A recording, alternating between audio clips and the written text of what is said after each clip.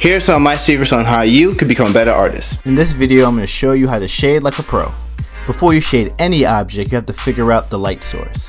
In this example, the sun is in the top left and the shadows in the bottom right. If you move the light source, the shadows and lighting must follow like so. Practice on simple shapes until you get the hang of it. This skill will definitely help you to become a better artist. I'm going to show you how to draw a hand.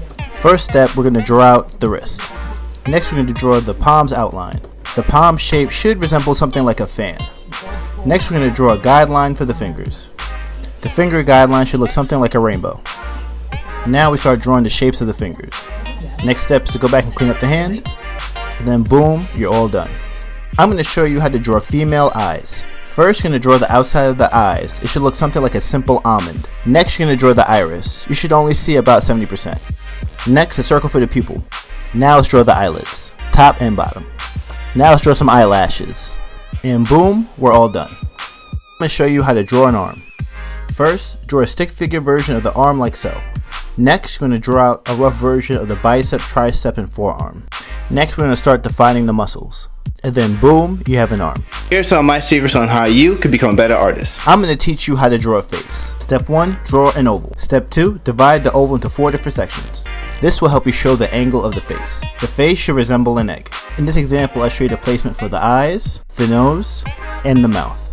And then boom, you have a face. Here are some of my secrets on how you can become a better artist. Today, I'm going to teach you how to draw anything out of simple shapes. So if you can draw a circle, then you can draw an umbrella. So if you can draw a cylinder, then you can draw a lamp. Practice breaking down complex objects into simple shapes, like so. This will help you draw the object better and help you to become a better artist. I'm going to show you how to draw the female body. First, we're going to start out with something like a stick figure. At the top, for the rib cage, looks something like the egg.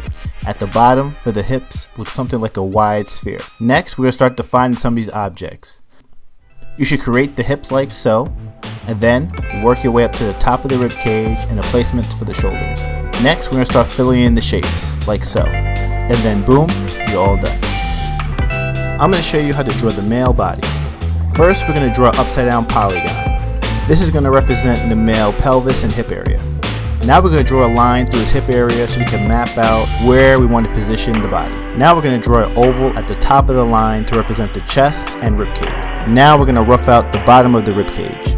Now we're going to map out the arm positions. Now we're going to start filling in all the shapes and start erasing the guidelines.